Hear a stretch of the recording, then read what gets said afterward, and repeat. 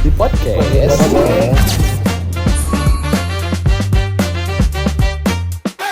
Sarjana Tersesat.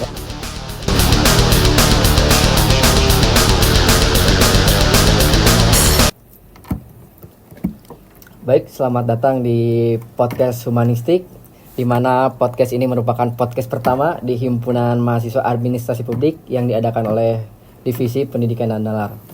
Nah, di sini kita bersama rekan-rekan saya dan ada juga bintang tamu saya, namanya Kang Alfi Hadida dari AP Angkatan 22. Beliau merupakan mahasiswa berprestasi di Administrasi Publik. Nah, mantap kan? Pokoknya. Nah, mungkin di sini kita akan lebih berfokus pada pembahasan sistem pendidikan, terutama di Indonesia gitu ya. Karena kita tahu ya, banyak mulai dari perubahan kurikulum, lalu kesejahteraan guru yang mungkin belakangan ini lagi ramai kan. Nah, sama arah pendidikan nasional sekarang di Indonesia itu kayak gimana. Nah, mungkin menurut Akang, kira-kira pendidikan di Indonesia itu menurut Akang udah baik atau justru sebaliknya gitu? Bentar. Santai. Kita ucapkan dulu selamat datang di podcast Sarjana Tersesat. Dimana kadang gelar itu tidak memberikan arah dan kesibukan tidak membuat manusia hidup. Siap. Bener juga sih itu. Kenalan dulu dong. Tadi kan dikenalin kayak kurang afdal. Oke, Siap, aman. Mungkin sebelumnya ya, ini kawan-kawan sekalian, perkenalkan terlebih dahulu. Mungkin nama saya Alfi Hadida. Hai. Halo. Jadi apa ya? Di sini mungkin saya juga diundang ya sama teman-teman dari Humanistik gitu kan, Himpunan Mahasiswa Administrasi Publik, dan memang saya juga pernah menjabat gitu kan di Humanistik itu sendiri gitu kan, dan memang ada beberapa yang kemudian saya jalankan juga sebagai program-program yang ada di Humanistik, dan memang akhir-akhir ini juga saya memang cukup sedang mengamati pendidikan yang ada di Indonesia itu sendiri sih sebetulnya ya, karena adalah beberapa hal yang kemudian menjadi apa ya, bagian atau momen yang nggak bisa saya lupain nih ketika berbicara pendidikan ya gitu, seperti itu. Nah mungkin tadi ya ada berbicara terkait bagaimana gitu kan sistem pendidikan di Indonesia, apakah sudah top atau memang kebalikannya Ya, gitu kan. betul.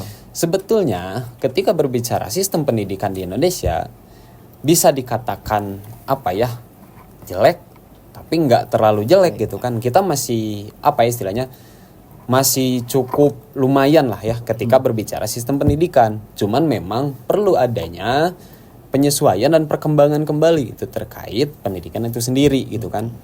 Memang perlu adanya hal yang bersifat progresif gitu kan ketika berbicara sistem pendidikan yang ada di Indonesia. Dan kalaulah berbicara tadi isu, memang masih banyak gitu kan isu-isu pendidikan yang ada di Indonesia tuh gitu kan. Masih terlalu banyak kesenjangan, masih terlalu banyak hal yang menjadi gap dan ketimpangan gitu kan. Itu masih cukup marak gitu kan di Indonesia. Apalagi mungkin kalau teman-teman melihat gitu kan berita-berita yang ada, mungkin kemarin-kemarin kan lagi viral tuh kan. Ada tuh yang pesantren yang ya kayak gitu-gitulah ya. Di mana tuh? Ada pesantren gitu kan, salah satu pesantren yang memang tingkat keamanannya mungkin minim gitu, sehingga ada terjadinya seperti pelecehan lah, terus ada pun kekerasan dan segala macam gitu kan, yang kemudian itu tuh mengganggu proses pendidikan dari siswa itu sendiri gitu kan. Dengan apa? Dengan mengganggu psikis dan mental dari siswa itu sendiri. Karena memang ketika berbicara ke pendidikan gitu kan, mestinya yang perlu diperhatikan itu adalah mental dan psikis dari siswa itu sendiri gitu kan. Makanya kalaulah kita melihat gitu kan dari pembelajaran mahasiswa-mahasiswa yang memang ada di ranah pendidikan gitu kan, seperti fakultas pendidikan gitu kan, mereka tuh pasti belajar yang namanya psikologis gitu atau counseling gitu kan, yang memang akan menuntun mereka untuk mengajarkan siswa-siswa mereka itu nantinya secara sadar dan psikis dan mentalnya pun terjaga gitu, seperti itu. Tapi ini Gimana? kalau misalnya kan tadi nih bilang yang ada apa kasus-kasus itu Ah, tuh, Bang. iya. Seandainya nih kalau misalkan tidak ada kasus seperti itu, Ya. kiranya pendidikan akan seperti apa? Begini lah. Ketika tidak adanya kasus seperti itu, memang mesti adanya satu pengawasan yang ketat gitu dari orang yang bertanggung jawab atau instansi yang bertanggung jawab atas pendidikan. Siapa? Ya Mendikdasmen atau Mendikti gitu kan, Kementerian Pendidikan Tinggi dan Kementerian Pendidikan Menengah dan Dasar. Mereka lah yang bertanggung jawab gitu kan. Atas apa? Atas pendidikan yang ada di Indonesia. Entah itu dari segi pengawasan, kurikulum, dan perancangan sistem yang kemudian bisa dikatakan ideal gitu kan untuk dipakai di negara Indonesia ini sendiri gitu kan. Nah, ketika kasus itu tidak ada, maka dari itu dampak yang kemudian akan didapatkan dalam pendidikan Indonesia itu sendiri adalah keleluasaan siswa untuk belajar.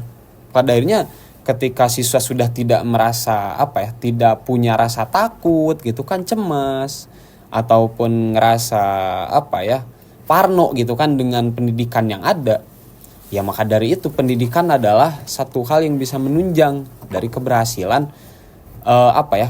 pembangunan yang ada di Indonesia gitu kan. Nah itu akan menunjang tuh ketika si siswanya tuh sudah tidak ada rasa takut, parno dan cemas gitu. Maka proses pembelajaran itu sendiri gitu kan akan cukup nyaman gitu kan, dan kemudian menjadi pembelajaran yang ideal seperti itu. Dan inilah ya tadi berbicara tentang ini cukup menarik ya, berbicara tentang Sarjana tersesat. sarjana tersesat. Nggak lah, sebelum ke sana mungkin ya. Kan kita tuh sebagai mahasiswa administrasi publik gitu kan, yang mungkin nantinya berbicara tentang kebijakan publik, pelayanan publik gitu kan.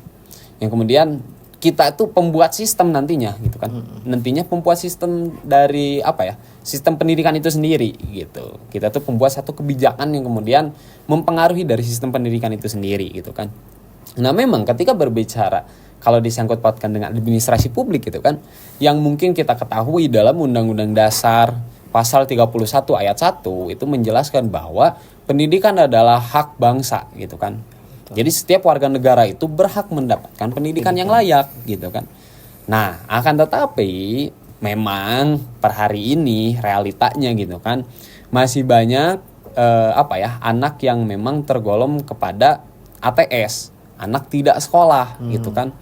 Yang kemudian itu tuh kemarin saya tuh sedikit baca-baca gitu kan dari Mendikdasmen juga Kementerian Pendidikan Dasar dan Menengah, bahwasanya Kemendikdasmen menyebutkan data ATS itu sampai ke kisaran 3.966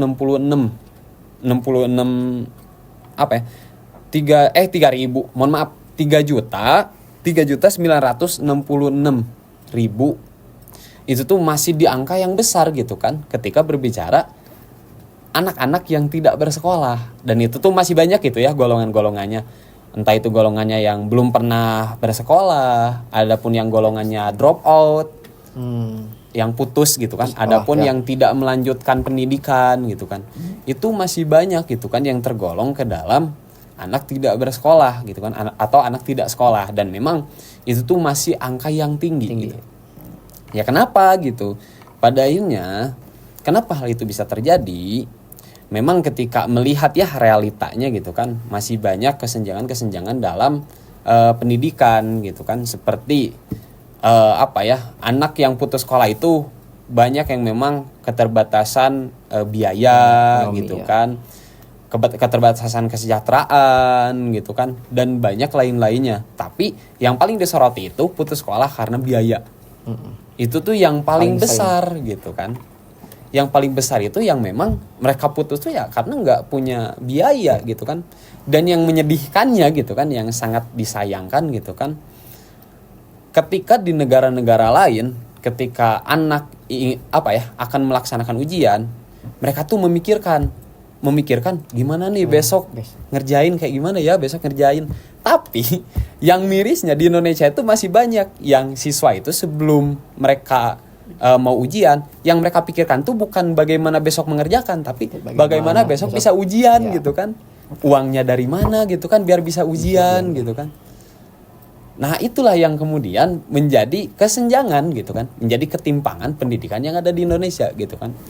Masih banyak lah ya pendidikan-pendidikan yang memang sekolah-sekolah yang memang belum bisa menerima masyarakat yang tergolong dalam PMKS, penyandang masalah kesejahteraan sosial gitu kan. Nah, yang kemudian banyak lah ya yang anak-anak tuh menjadi anak tergolong ke dalam ATS, anak tidak sekolah. Gitu.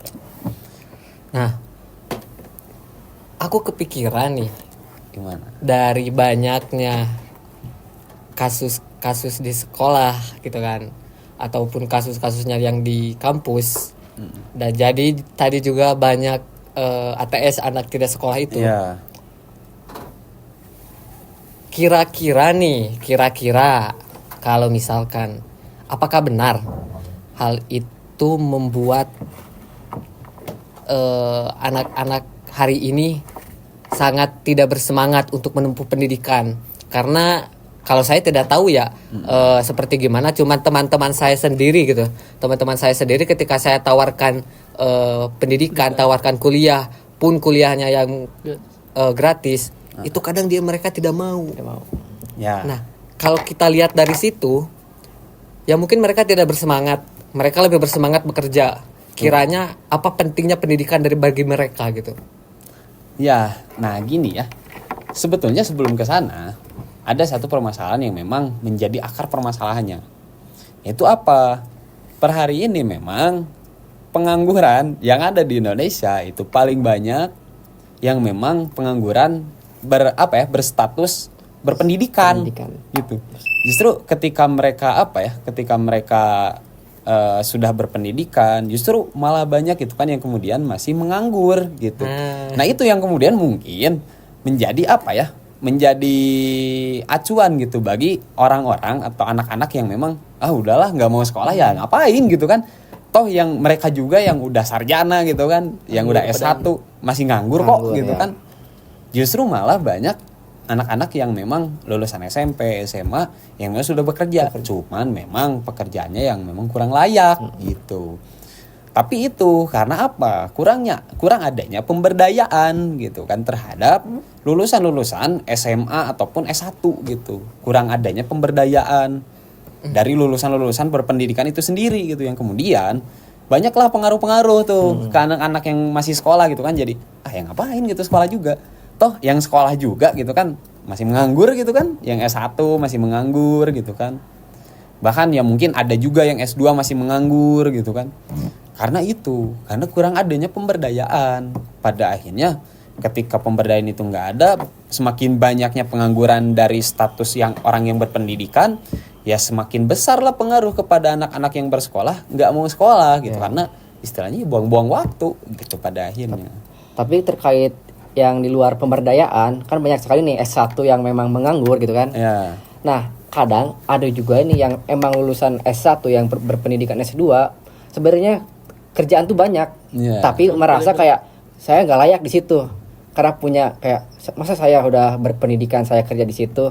Yang akhirnya ini juga ya sudahlah, saya mending kayak menganggur dulu aja sambil menunggu hasil yang emang lebih bagus gitu. Pilih-pilih lah, yang akhirnya hal ini juga menjadi tingkatan pengangguran juga di S1 ke atas gitu. Sebetulnya pikiran itu tuh nggak salah, karena toh kita juga mau kan punya pekerja yang memang profesional gitu kan, yang memang dia tuh handal di bidang itu gitu kan, yang memang dia tuh kompeten atau capable di bidang itu gitu kan.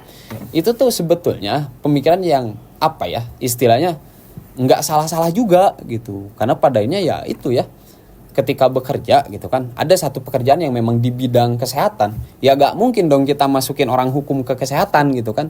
Harus yang memang dari kesehatan juga, yang kemudian dia tuh punya kapasitas di sana gitu.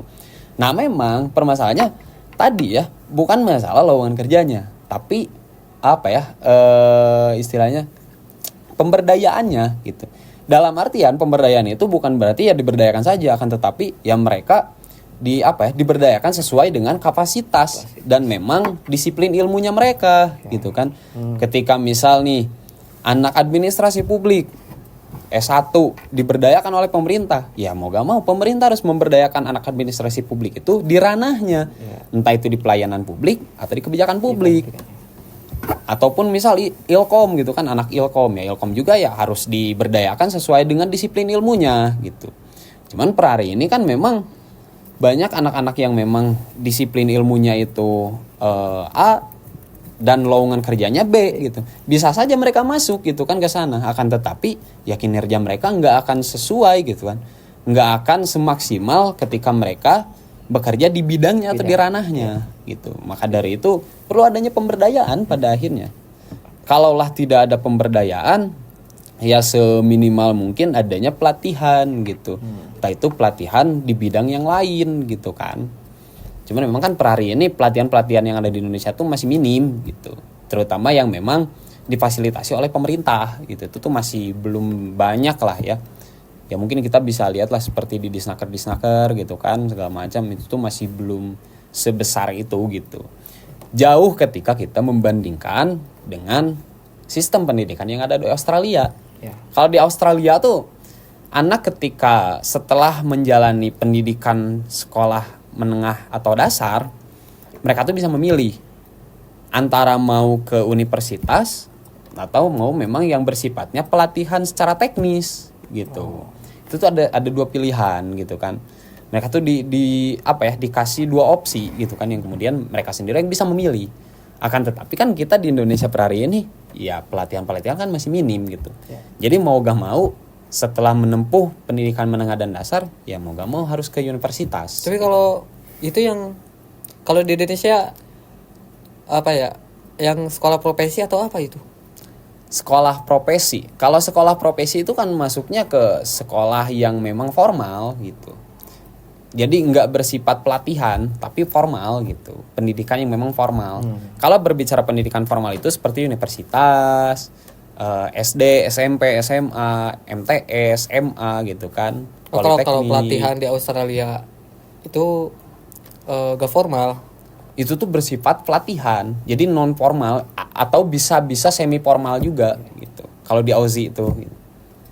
Makanya, di Indonesia juga sebetulnya ada ya seperti pelatihan seperti itu tuh yang biasanya diadakan oleh Dinas Ketenagakerjaan, Disnaker gitu. Biasanya ada tuh, cuman memang nggak intens gitu, nggak intensif atau nggak berkepanjangan gitu, nggak sustainable. Memang perlu adanya pengembangan dari pelatihan-pelatihan yang diadakan oleh pemerintah Indonesia itu sendiri gitu kan, seperti itu. Tapi kan setelah ada pelatihan dari pemerintah itu, apakah itu teh menjamin si orang itu teh langsung mendapat pekerjaan setelah pelatihan itu atau? Nah, itu balik lagi. Karena realita yang terjadi ketika setelah pelatihan itu tidak ada tindak lanjut gitu.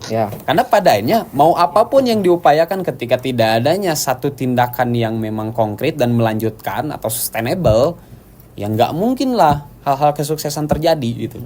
Padanya perlu ada tindak lanjut gitu kan. Karena biasanya yang kita ketahui, yang menjadi ketimpangan seperti pelatihan-pelatihan yang ada di Snaker atau Kemenaker, itu tuh yang sangat disayangkan tuh ketika setelah pelatihan itu tidak ada tindak lanjut dari pemerintah, yang kemudian menjadi orientasi dari pesertanya itu jadi berbelok. Yang awalnya orientasinya tuh pengen mempunyai pengetahuan atau mungkin jenjang karir yang istilahnya jelas gitu kan. Tapi banyak yang berorientasi belok gitu. Ke apa? Ke uang saku. Karena biasanya di pelatihan-pelatihan seperti itu ada intensif gitu. Ada uang saku lah gitu kan. Kan jadi belok ya. Maksudnya jadi belok gitu kan, orientasi pesertanya itu yang awalnya harusnya gitu kan. Harusnya mereka tuh orientasinya ya buat jenjang karir yang lebih bagus gitu kan, yang lebih jelas gitu. Tapi kan yang terjadi per hari ini, orientasi dari pesertanya tuh malah belok ke uang gitu kan. Oh, ini ada uang saku nih gitu kan. Oh, kayaknya itu udah melekat. Melekat tubuh warga Indonesia. Udah itu mah plus 62. Iya. Rupanya plus 62. Itu kan. Nah, itu kita juga nggak bisa menyalahkan ke masyarakat yang memang mempunyai pemikiran seperti itu juga. Karena padanya kalau ada nih dalam satu teori, nama teorinya tuh Vision Zero.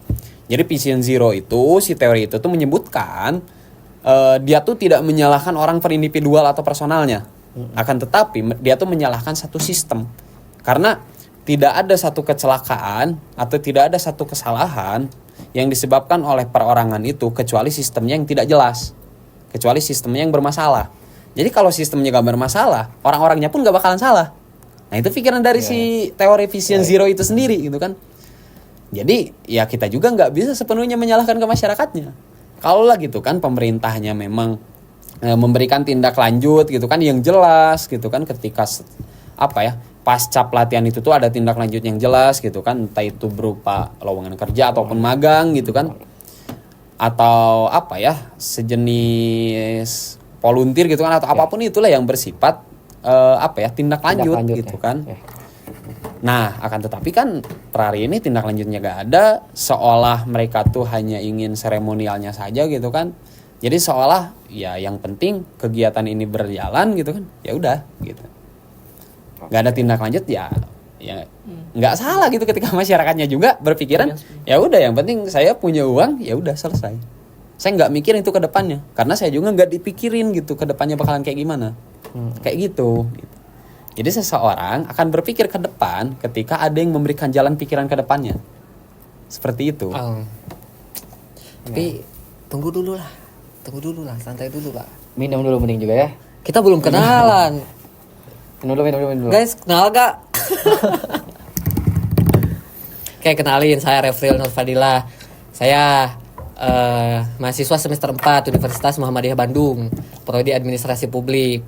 Dan ya atas izin Allah saya juga aktif di beberapa organisasi. Dan kalau dari organisasi prodi ya saya menjadi apa nih? Ada ya? Oh, di humanistik. Saya jadi pendidikan dan nalar. Nah, silahkan kenalkan. Kenalkan ya, nama saya Rijal. Di sini saya Rijal aja. Rijal aja. Ya. Iya, nggak ada nama panjangnya. Alfabet banyak kok. Kenapa mesti Rijal? Tahu dia dikasih so. Wah. Saya juga mahasiswa semester 4 dari prodi Administrasi Publik. Di bidang pendidikan dan nalar ini saya menjabat sebagai sekretaris, dan mungkin selanjutnya Oke, mungkin balik lagi ya ke saya Rifa Gifari yang kedua. Emang kamu belum dari belum kenalan? Humanistik. Saya tadi belum nyempetin kasih nama ya tadi, lupa deh. Masa sih? Iya. Oke, mungkin lanjut ya ke sistem pembahasan. Nah, sebenarnya ada ini satu pertanyaan yang kayak sebenarnya ini jadi pengen sangat saya tanyakan gitu ya kan. Sekarang inilah kemarin-kemarin sangat ramai ya terkait isu guru honorer itu yang benar-benar kayak demo sampai pada nangis tuh di jalanan, ya kan? Sekarang gini lah, guru itu sebagai aktor pendidikan, di mana peran guru ini sangat penting lah bagi pendidikan di Indonesia. Sedangkan sekarang kondisi guru di Indonesia itu malah tidak sejahtera lah, karena gimana ya? Ya masih beda lah kayak kalau di luar negeri. Iya, masih dipertanyakan lah kesejahteraan guru itu sebelah mana gitu kan. Sekarang kalau di luar negeri kan kesejahteraan udah dijamin. Iya. Penghargaannya tuh udah kayak oke lah. Sedangkan kalau di Indonesia itu penghargaan guru tuh hanya simbolik doang, kayak misalkan guru itu pahlawan tanpa jasa. Tapi ya itu kesejahteraan guru tuh masih tetap dipertanyakan gitu. Ya. Dan memang gini ya. Saya tuh jadi ada satu jadi kepikiran nih. Ada satu momen sejarah. Jadi ada satu cerita ketika mungkin teman-teman tahu lah ya, bom Nagasaki Hiroshima. Oh, tahu kan? Ya, tahu lah. Nah, ketika bom Nagasaki Hiroshima itu diledakkan di kota Nagasaki dan di kota Hiroshima, yang pertama ditanyakan oleh pemerintahnya itu tuh bukan berapa banyak misal kaisar atau berapa banyak misal tentara yang masih hidup. Enggak. Yang mereka tanyakan apa coba? Yang pertama mereka tanyakan, berapa banyak guru yang masih hidup? Karena mereka paham betul, mereka tuh masih dalam keilmuannya, mereka tuh masih minim gitu kan, masih kurang kuat mereka dalam keilmuannya. Makanya mereka sadar betul bahwa peran guru itu sangat penting gitu bagi kemajuan bangsanya gitu kan, entah itu dari segi peperangannya, intelektualitasnya, segi ekonomi dan segala macam politik gitu kan. Mereka tuh sadar betul bahwa peran guru itu sangat amat penting gitu kan dalam segala aspek yang ada dalam satu sistem pemerintahan. Makanya yang pertama ditanyakan itu bukan berapa banyak tentara buat bunuh diri, buat balas dendam misal, enggak. Tapi yang mereka tanyakan berapa banyak guru yang masih hidup. Karena mereka sadar betul mereka harus mengevaluasi gitu kan keilmuan mereka dan pengetahuan mereka. Sehingga ketika keilmuan mereka meningkat dan pengetahuan mereka juga sudah memang mapan, maka mereka juga siap gitu untuk berbalas dendam gitu kan. Untuk perang yang memang lebih besar gitu. Iya. Karena itu tadi, ilmu itu di atas segalanya pada akhirnya. Siapapun yang memang ingin menguasai dunia, mungkin ya menguasai dunia, ataupun memang ingin hidupnya mapan, ya berilmu lah. Bahkan ketika kita beragama pun, kalau kita nggak berilmu, ya agama kita ngaco. Ngaco, ya. Gitu kan. Betul. Makanya dalam beragama, dalam apapun itu kita harus berilmu. Gitu. Dan pondasi utama dalam berilmu itu ya satu, guru. Gitu kan. Pondasi pertama tuh yang paling utama ketika guru itu nggak ada, ya nggak mungkin ada ilmu. Gitu kan. Loh kenapa? Gak ada guru, gak ada ilmu. Ya siapa yang mau mengajarkan ilmu? Kita tuh nggak bisa gitu kan kalau tanpa adanya seorang guru gitu kan. Memang guru itu apaan sih? Guru itu apa sih gitu Guru kan? itu apa sih? Nah itu kan, guru itu apa sih gitu. Karena pada akhirnya orang-orang bisa mengetahui satu ilmu itu ya dari guru gitu kan. Guru itu memang satu apa ya? Saya tuh memandangnya ya. Guru itu sebagai akses gitu. Akses menuju apa ya kesuksesan gitu guru. Istilahnya gini lah, kita tuh mau nyebrang dari satu sisi sungai ke sisi yang lainnya, itu kan mesti ada jembatan kan? Betul. Kalau nggak ada jembatan, Ya, ya susah lah kita mungkin buat apa nyebrangnya. Nah itulah guru. Guru itu sebagai jembatan.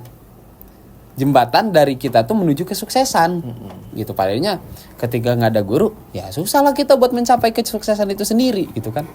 Karena berbicara guru itu ya nggak berbicara tentang apa ya orang yang ada di sekolah aja, enggak gitu kan. Karena kan ketika berbicara guru itu luas gitu kan cakupannya. Entah itu bahkan kan bisa dikatakan apa ya pengalaman kita juga kan guru kita gitu kan. Guru dalam kehidupan kita gitu kan. Pengalaman juga. Entah itu yang mungkin orang tua kita, apalagi orang tua kita kan guru pertama kita gitu kan. Ketika kita lahir ya guru pertama kita itu ya guru orang tua kita gitu kan. Seperti itu. Nah, itu berbicara guru itu memang apa ya? Pondasi yang paling penting ketika berbicara sistem pendidikan. Harusnya memang yang apa ya? Yang memang berperan besar dan memang berpengaruh besar dalam sistem pendidikan itu harusnya guru. Iya, bukan FPPG ya. Aduh, ya. Tapi ya per hari ini memang apa ya sistem sekolah itu dipolitisasi, sistem pendidikan itu dipolitisasi, dan yang lebih parahnya justru dikapitalisasi juga gitu kan, karena yang mereka lihat mungkin ya ketika melihat pendidikan itu ya mereka melihatnya suatu keuntungan, gitu kan. Nah itu yang bahaya tuh, yang bahaya tuh itu tuh, ketika satu lembaga atau mungkin satu pejabat memandang pendidikan itu satu industri yang memang sangat bagus gitu. Ini cuan nih gitu kan. Ini sumber uang nih gitu kan. Nah, itu yang bahaya tuh ketika banyak orang yang kemudian memandang pendidikan itu ya bagian dari industri gitu kan. Ya memang kita tidak bisa memungkiri ya. Maksudnya pendidikan itu sudah diindustrisasi gitu kan. Cuman ya yang jadi mirisnya itu ketika apa ya? Yang dipandang dalam pendidikan itu ya cuman keuntungannya aja gitu kan. Cuman uangnya aja gitu. Tapi nggak dipandang nih kesejahteraannya atau mungkin masa depan kedepannya bangsa ini akan seperti apa gitu kan. Nah itu tuh yang mulai terkikis gitu kan. Seharusnya kan ketika melihat satu pendidikan itu ya kita tuh melihat ini tuh satu pabrik untuk menciptakan masa depan yang lebih cerah gitu kan. Harusnya kan seperti itu ya. Ya betul. Tapi per hari ini memang tidak sedikit yang memandang sekolah itu sebagai pabrik penghasil uang. Nah itu tuh yang salah tuh. Itu yang bahaya gitu kan, ketika tidak sedikit orang yang memandang universitas nih, wah ini cuan nih gitu kan, per semester berapa sih gitu kan, keuntungannya berapa sih gitu kan. Nah itu yang mulai bahaya tuh ketika banyak yang memandang seperti itu. Karena seharusnya kita memandang satu pendidikan itu ya ketika memandang universitas nih, Universitas Muhammadiyah Bandung gitu kan, kita memandang nih dari luar gitu kan, kampusnya yang besar gitu kan, gedungnya yang tinggi. Terus kita tuh memandang bahwa wah ini pabrik pemicu masa depan yang lebih cerah gitu kan. Harusnya kan seperti itu ya. Apalagi kan ya mungkin teman-teman sering lah mendengar istilahnya Indonesia Emas 2045 Ya. gitu kan. Aduh, itu kan cukup Bukan emas itu cemas kayaknya. cemas kayaknya Iya, itu cemas kan. sekarang mah. Kalau masyarakatnya atau orang-orangnya gitu kan masih gitu. memandang pendidikan atau sekolah itu ya pabriknya uang gitu, bukan pabriknya pembuat masa depan yang lebih cerah gitu kan. Itu yang berbahaya lah gitu kan. Karena gini lah, kalau kita bandingkan dengan dengan Australia gitu kan. Jadi di Australia sana gitu kan, pendidikan itu memang apalagi sekolah negeri nih, sekolah negeri entah itu sekolah dasar dan menengah, itu tuh memang dibiayai oleh pemerintah dan gratis seluruh. Dan 63% gitu, 63% siswa yang ada di Australia itu tuh bersekolah di sekolah negeri. Jadi 63%, bayangin, 63% siswa yang ada di Australia semuanya gratis. Sekolahnya tuh gratis. Mereka tuh udah nggak perlu mikirin besok gimana ya bayar SPP, besok gimana ya bayar UKT gitu kan. Iya. Tapi yang mereka pikirin tuh besok gimana nih saya lebih berkembang gitu kan. Lebih fokus. Iya, lebih fokus lagi belajar gitu kan. Saya nggak mau kalah nih sama si siswa ini gitu kan dalam persaingan yang ada di kelas gitu kan. Kan yang mereka pikirkan tuh hal itu gitu kan. Kalau di Australia, tapi ya mirisnya di Indonesia masih banyak gitu kan yang memang ya besok kuliah gimana ya gitu ya. Bayar UKT UKT, belum aduh. dibayar gitu Iya kan. lagi. Bukannya mikirin pendidikan atau mikirin disiplin ilmunya gitu kan. Ini malah mikirin tentang ekonominya gitu kan. Kayak terbagi dua gitu. Iya kan, jadi ya nggak salah gitu kan kalau kita masih kalau pendidikan di kita masih melahirkan sarjanawan atau lulusan yang memang ya masih belum kapasitasnya belum nyampe ke kayak di Australia gitu kan. Itu masih jauh lah kayaknya. Tapi di Indonesia juga kayaknya anak-anak muda ini kayaknya ya Ya, banyak sih yang dapat pendidikan gratis. banyak, memang banyak. Tapi tidak sebanyak Tapi di tidak Australia. sebanyak itu. Ya kalaupun tadi berbicara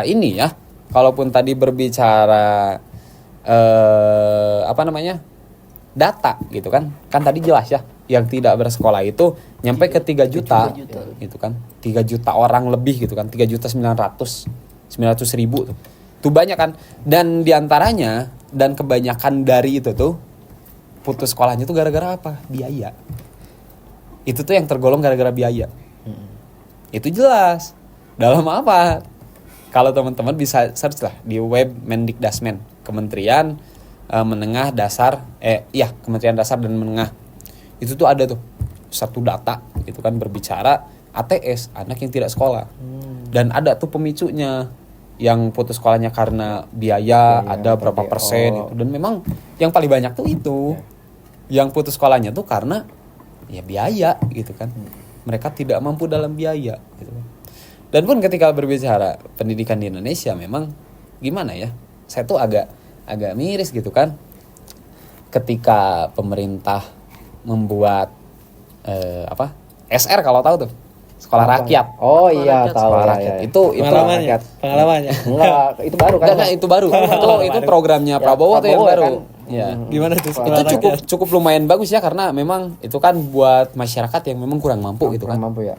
Nah, terus ada juga sekarang tuh yang baru gitu kan, sekolah Maung tuh dari nah itu ya. KDM, sekolah ya Maung, dari ya. Kang Deddy Mulyadi tuh sekolah betul. Maung. Cuman ya sangat disayangkannya ya kenapa gitu kan Kang Deddy itu ketika melihat masih banyak sekolah yang kesejahteraannya masih dipertanyakan gitu kan, dia tuh malah memfokuskan ke sekolah Maung itu gitu kan.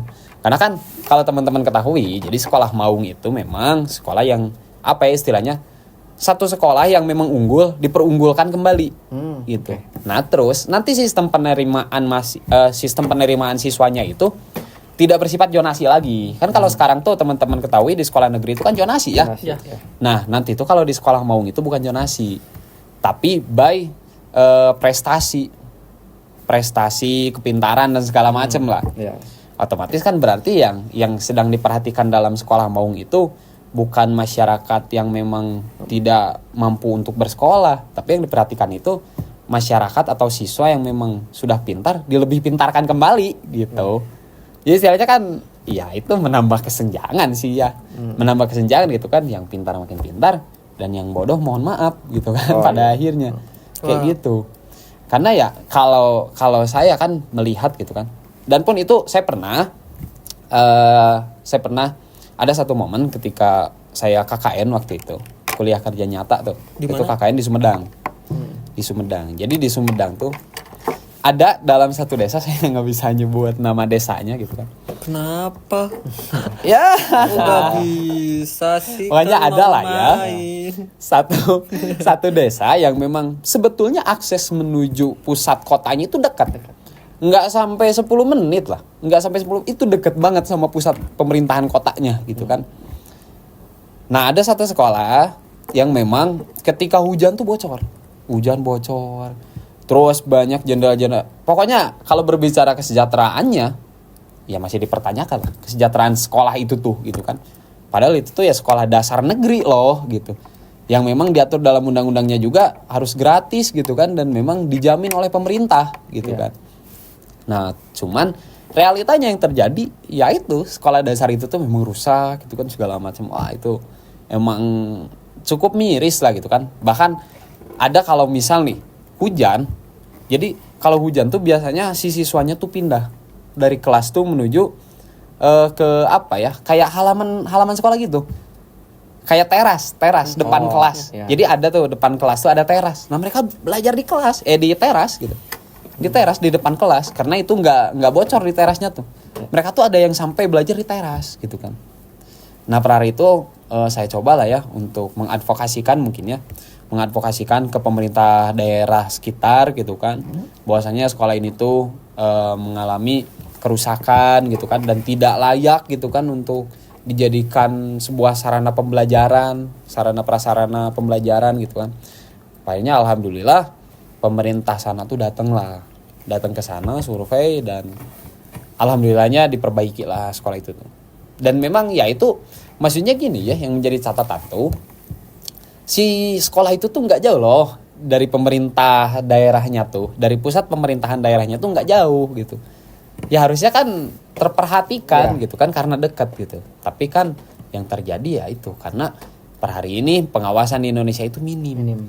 Karena itu tadi pandangan dari pemerintahnya itu sendiri tidak memandang bahwasanya sekolah itu bagian dari pabrik penghasil masa depan yang lebih cerah. Nah mereka tuh nggak memandang seperti itu. Makanya kan kurang atensi gitu terhadap pendidikan yang ada tuh gitu kan. Makanya ya itu tadi gitu kan, jangankan yang jauh gitu kan, ini yang deket aja gitu kan, yang cuma beberapa menit dari pemerintahan pusat pemerintahan daerah masih belum terperhatikan. Ya gimana yang jauh gitu kan, yang memang mungkin akses menuju pusat pemerintahannya berkilo-kilometer misalnya, yang jauh ya, apalagi yang jauh seperti itu gitu kan, kita masih mempertanyakan gitu. Nah itu kenapa pada akhirnya sistem di Indonesia saya kira masih belum masih belum bisa dikatakan bagus gitu kan, atau perfect gitu kan, karena itu dalam kesejahteraannya, mau itu kesejahteraan sosialnya, kesejahteraan sekolahnya, kesejahteraan gurunya, bahkan kesejahteraan siswanya itu masih belum sama sekali diatensi yang lebih intens gitu. Belum benar-benar aware gitu, peduli. Bahkan kalau kita tahu mungkin ya, yang kemarin sempat viral tuh, yang siswa tuh, yang anak timur gitu kan, anak kecil, anak TK, NTT ya, NTT. yang SD gitu gak tahu gitu, ya SD ya, yang anak SD kan pengen beli alat buat belajar gitu kan, karena dia nggak punya uang gitu kan, keluarganya kesejahteraannya nggak ditanggung gitu kan, dan bahkan pemerintah tidak hadir di sana gitu kan, ya padanya kan dia ya mengakhiri hidupnya gitu pada akhirnya. Ya yang sangat mirisnya tuh ya saking tidak aware-nya pemerintah gitu kan, kurang aware mungkin ya, kurang aware-nya pemerintah terhadap pendidikan yang ada, ya sampai ada anak yang harus mengakhiri hidupnya. Itu kan sangat miris ya, padahal sudah jelas gitu kan tanggung jawab dari pemerintah loh gitu ketika berbicara sekolah dasar gitu kan, itu harus dibiayai benar gitu kan, ketika tadi ada di pasal 31 gitu kan Undang-Undang Dasar berbicara pendidikan dasar gitu. Atau mungkin Kang ketidakpedulian pemerintah terhadap pendidikan tuh memang dipelihara gitu, karena pemerintah atau negara tuh takut rakyatnya Ah. cerdas atau pintar gitu. Jadi biar bisa dibodohi gitu oleh pemerintah. Ya sebetulnya Jangan-jangan seperti itu. Aduh, gini ya. Itu tuh bisa aja make sense gitu. Karena gini ya, pendidikan itu atau siswa itu merupakan pisau dua bilah. Pisau dua bilah. Kalau dalam pendidikan kaum tertindas dari Paulo Freire itu menyebutkan bahwa ya siswa itu atau lulusan dari pendidikan itu dia tuh bisa saja menjadi alat pembebasan ataupun menjadi alat penindasan. Jadi mereka tuh dua bilah tuh. Bisa saja membunuh, bisa saja jadi penyelamat gitu kan. Mereka tuh dua bilah gitu, bisa jadi alat penindasan atau jadi bisa jadi alat pembebasan gitu kan. Nah pun kalau by sejarah gitu kan, by history, kalian tahu kan Universitas ITB bukan universitas, ITB tahu kan? Institut Teknologi Bandung. Teknologi Bandung ya. Nah, by sejarah itu tuh kan diberikan oleh Belanda kan, ITB tuh. Itu tuh pendidikan tinggi yang diberikan oleh Belanda. Ya mereka bilang atas dasar permintaan maaf kepada Indonesia gitu kan. Karena sudah menjajah mungkin ya. Tapi sebetulnya jadi kalau kita tarik sejarah ke memang zaman-zamannya memang kapitalisme itu memang masih berkuasa. Jadi pendidikan itu satu pabrik untuk menghasilkan kaum yang berkerah. Jadi gini lah, dalam sistem kapitalis itu ada 3 aktor. Si kapitalisme yang ada di atas, yang di tengah itu si kaum yang berkerah, yang ada di bawah itu buruh. Itu ada 3 aktor tuh untuk melancarkan sistem kapitalisme yang ada gitu kan. Nah, si kapitalisme ini tuh tidak akan bisa bergerak tanpa adanya si buruh.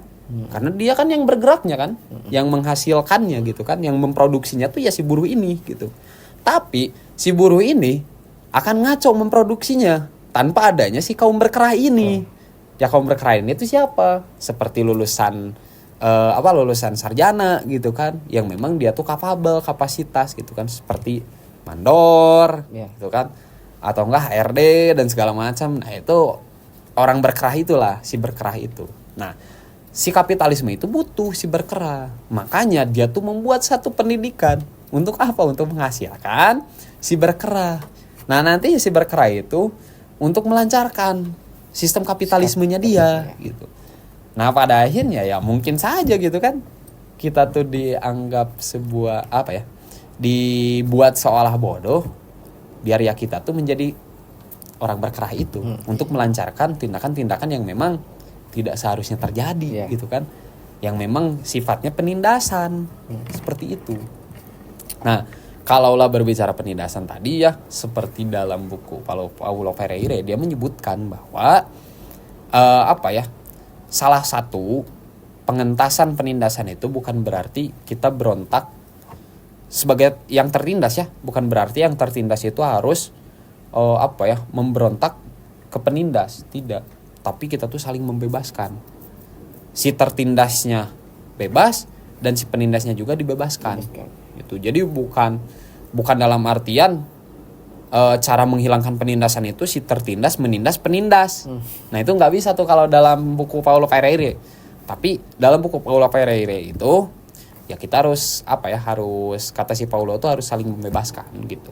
Si tertindasnya terbebas dari penindasan dan si penindasnya juga terbebas untuk menindas gitu. Jadi dia tuh dibebaskan agar tidak menindas kembali gitu. Karena pada akhirnya ya penindas juga pasti punya motif gitu kenapa dia menindas. Pasti punya alasan. Dan kita tuh harus membebaskan dia tuh dari alasan itu biar dia tidak menindas kembali gitu. Seperti itu. Itu sih kalau yang dalam Paulo Freire ya, yang dalam buku Pendidikan Kaum Tertindas tuh. Itu cukup menarik ya berbicara pendidikan tuh. Ya, cobalah teman-teman baca di bukunya itu. Pendidikan Kaum Tertindas. Paulo Freire itu sangat masif gitu kan bukunya ketika berbicara pendidikan yang memang kurang layak gitu kan. Ya, apalagi kita di Indonesia gitu kan. yang masih dikatakan masih merangkak lah ya, masih merangkak mau berdiri gitu kan ketika berbicara pendidikan. Tapi ya semoga kedepannya pendidikan di Indonesia itu bisa makin maju gitu kan. Amin. Tapi lah. terakhir sih kayaknya terakhir nih. Boleh. Terakhir dari aku. Terakhir dari aku sih mungkin masuknya ke pesan atau apa ya. Jadi dari banyaknya kebiasaan-kebiasaan tentang pendidikan, banyaknya ketidaksemangatan anak-anak untuk berpendidikan, dan pun banyak hari ini mahasiswa yang memang ternyata mereka bingung kedepannya akan seperti apa. Apalagi mahasiswa yang memang mereka sendiri tidak memiliki pijakan ke keluarganya atau kepada saudaranya. Kayak kan kalau misalkan anak kuliah, terus si anak ini bapaknya DPR, enak nih kuliahnya mau kayak gimana juga bisa diaturin nanti sama DPR-nya gitu kan. Nah, sedangkan yang anak ini gak punya pijakan apa-apa. Dia bingung mau mulai gimana nih, mulainya dari mana. Dia berorganisasi kayak gak jelas apa yang mau didapat dari organisasi. Dia aktif di masyarakat juga ya kayak gimana gitu kan. Kira-kira pesan lah supaya kesedihan atau kebingungan yang mereka alami itu menghilang. Gimana tuh kira-kira? Jadi gini lah ya, berbicara pendidikan pun saya juga sebetulnya ya, kalau berbicara histori saya juga awalnya tuh salah satu orang yang menolak untuk masuk ke perguruan tinggi. Sama sih. Karena Kenapa tuh? Karena saya kira saya udah berat nih pegang buku gitu kan. Wah, udah kayak udah males lah gitu kan. Tapi pada akhirnya pendidikan itulah yang akan menunjang nanti pencerahan di hari esok nanti gitu kan. Kita tuh nggak bisa terlepas dari itu gitu kan. Bahkan kan banyak pepatah yang mengatakan ketika berbicara pendidikan tuh belajar tuh kan ada yang sampai bilang tuh belajarlah sampai ke negeri Cina gitu kan, ya jauh-jauh gitu kan, yang udah di Bandung aja gitu kan. Tapi kan itu satu narasi atau satu pepatah yang mengatakan bahwa belajar itu nggak boleh setengah-setengah dan jangan ragu. Bahkan sekalipun kita harus belajarnya jauh gitu kan ke negeri Cina, ya maka laksanakanlah gitu kan, karena itu yang akan menunjang nanti ke masa depan gitu kan. Dan saya tuh ada satu quotes yang sering saya dengar gitu kan, yang jadi jadi pijakan buat pergerakan saya juga gitu kan. Ketika saya ingin bergerak atau beraktivitas tuh kadang kan suka ngeluh nih ya, karena suka kadang ngeluh nih, males gitu kan, capek gitu kan. Nah tapi kadang kata-kata ini nih yang selalu jadi motivasi buat saya gitu kan. Jadi ada satu kata-kata, if you want to get something you never had, you must something you never did. Aduh. Apa tuh? Artinya. Jadi artinya tuh, jika kamu ingin mendapatkan sesuatu yang belum pernah kamu lakukan, belum pernah kamu dapatkan, maka lakukanlah sesuatu yang belum pernah kamu lakukan. Oke. Jadi kalau kita nggak mau melakukan hal yang belum pernah kita lakukan, ya mau nggak mau, niscaya kita nggak bakalan pernah mendapatkan hal yang belum pernah kita dapatkan gitu. Ya itu, makanya ketika belajar pun, ya ayo lakuin, gitu kan. Kalau dalam berbicara pendidikan, banyak kan yang bingung nih gitu kan, atau terlena gitu kan. Ketika berpendidikan tuh ada yang mengeluh capek gitu kan, ada yang masih bingung ini arahnya kemana gitu kan. Nah pada akhirnya cobalah untuk melakukan hal yang belum pernah kamu lakukan. Kalau aku apa ya? Yang belum pernah Terakhir. apa ya? Kamu dulu deh, kamu apa? Yang belum pernah dilakukan? Ini dulu. Apa kamu sudah banyak pengalaman? Ih. Ya itu bagus lah, aku punya pengalaman yang Mungkin besar sedikit gitu kan. cerita ya. Kebetulan saya juga sewaktu SMA, SMP, bahkan waktu SD tuh Sekolahnya dikucilkan. Ya Allah. bisa dibilang gini, memang semenjak dulu ya saya itu memang tidak pernah mengikuti yang namanya organisasi atau kegiatan-kegiatan di luar kelas. Ya. Kegiatan saya tuh cuman main, bahkan belajar pun tidak tidak efektif lah, kayak gak fokus gitu. Namun di saat saya mulai memasuki perguruan tinggi, saya punya niat besar ingin melakukan yang lebih baik lagi, ingin berkembang. Akhirnya saya berani untuk mencoba. Di situ dari perguruan tinggi ini juga saya mulai melakukan kayak mengikuti kegiatan-kegiatan seperti organisasi volunteer dan lain sebagainya, yang mungkin sebelumnya saya benar-benar tidak ada pengalaman nih. Namun alhamdulillahnya karena memang ada keberanian dan ingin mencoba, akhirnya bisa kayak dapat hal yang memang sebelumnya tidak didapatkan seperti yang Iya, tadi Akang betul. sebutkan. Ya itu ya, jangan pada akhirnya jangan takut mencoba Ya, gitu. betul. Setelah apa yang kita laksanakan itu, setelah apa yang kita perjuangkan itu, akan ada keniscayaan yang menunggu kita gitu pada akhirnya. Karena ya apa ya, padanya kita tuh tidak bisa dijauhkan dengan hubungan kausal sebab akibat gitu kan. Ya kalau kita ngelakuin A, ya otomatis kan akibatnya juga A gitu. Gak mungkin tuh ketika kita ngelakuin A terus akibatnya B gitu kan. Gak mungkin kayak kita nanam singkong jadinya gitu kan jagung, kan gak mungkin gitu ya. Kalau nanam singkong ya jadinya juga singkong gitu kan. Nah makanya kita jangan takut ketika kita memang berada di hal yang bersifatnya kebenaran gitu kan. Hal yang bersifatnya kebaikan, ya jangan ragu gitu kan. Ya ayo gitu, laksanakanlah hal itu karena akan ada satu kebaikan juga yang menanti gitu. Kelak di hari esok gitu. Jangan ragu lah gitu kan. Pada akhirnya jangan takut. Ya kita harus berani lah ya untuk mencoba hal yang baru. Karena ya tadi padanya kalau kita mau hal yang baru, ya harus melaksanakan hal yang baru juga gitu kan. Harus ngelakuin hal yang baru juga. Ya kalau kita misal nih pengen punya hal baru tapi kerjaan kita cuma tidur gitu kan, ya nggak mungkin tuh dapat hal baru. Paling dapat mimpi baru tuh kayaknya.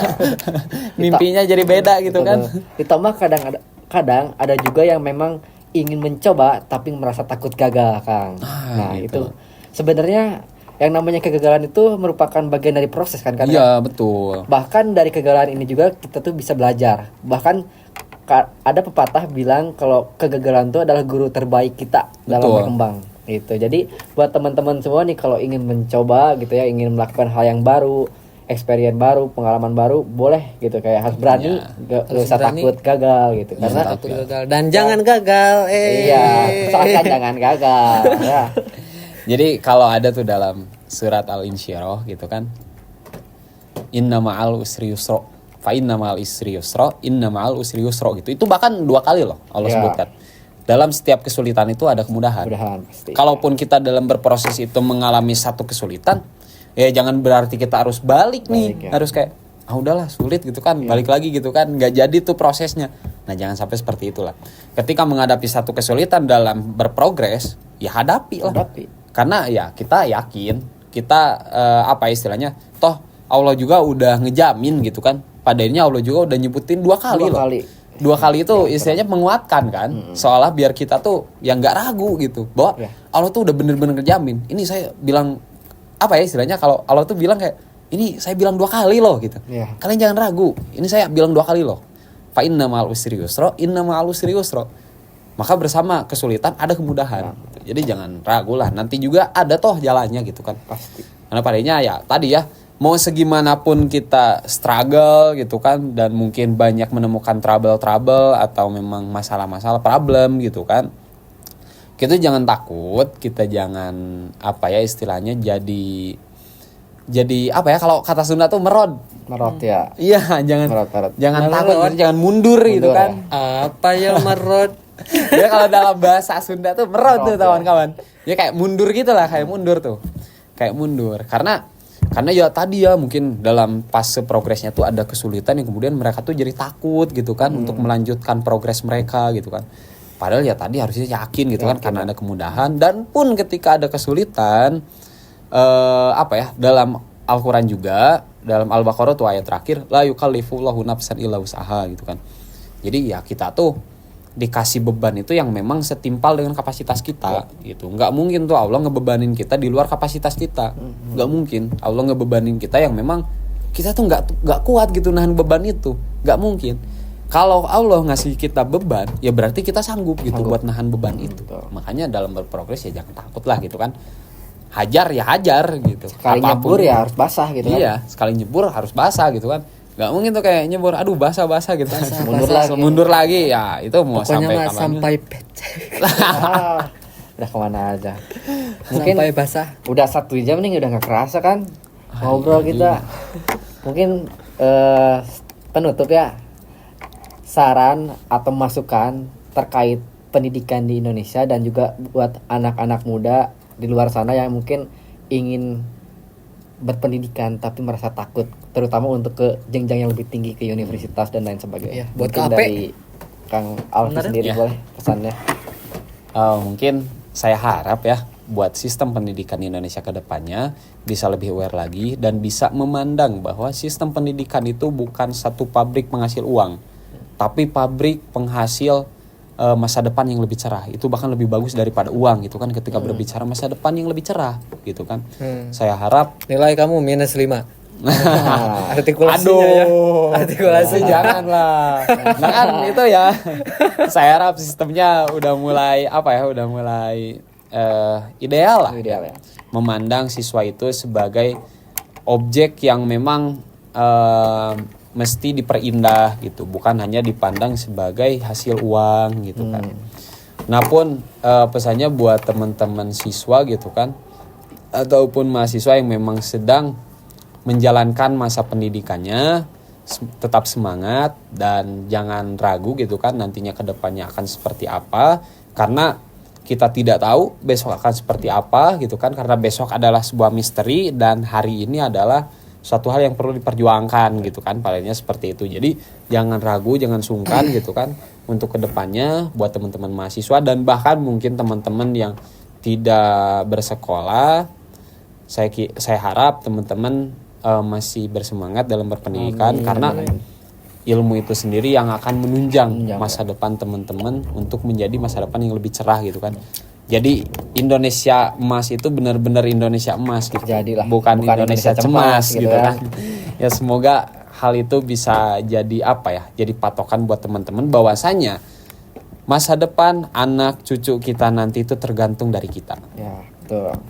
Kalau gak Indonesia cemas minimal batu giok lah. Batu giok lah. Kalau nggak emas ya batu giok lah ya. Batu giok lah, Platinum boleh tuh. Mungkin sedikit tambahan dari saya ya. Saya harap juga pendidikan itu kan merupakan kunci.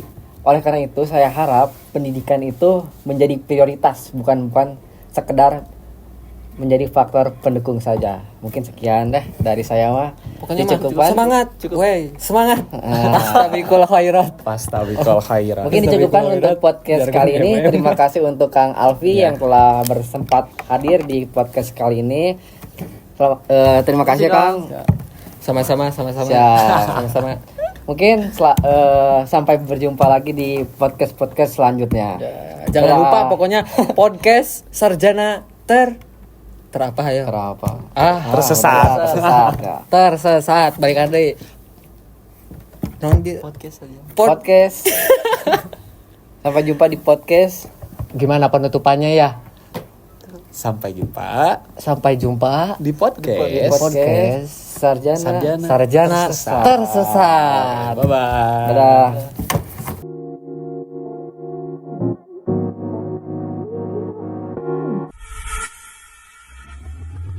Dadah.